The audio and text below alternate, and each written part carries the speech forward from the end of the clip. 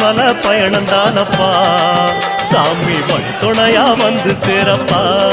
சாமி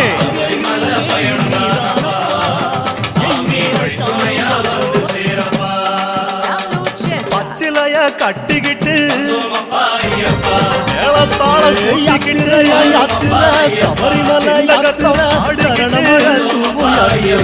சாஸ்தாவன வழங்கி புட்டு கண்ணமல ஜோதியானவா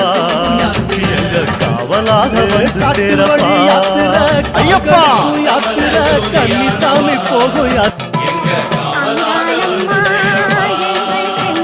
சன்னதியில் கட்டுங்கட்டி சபரிமலை காடு தேடி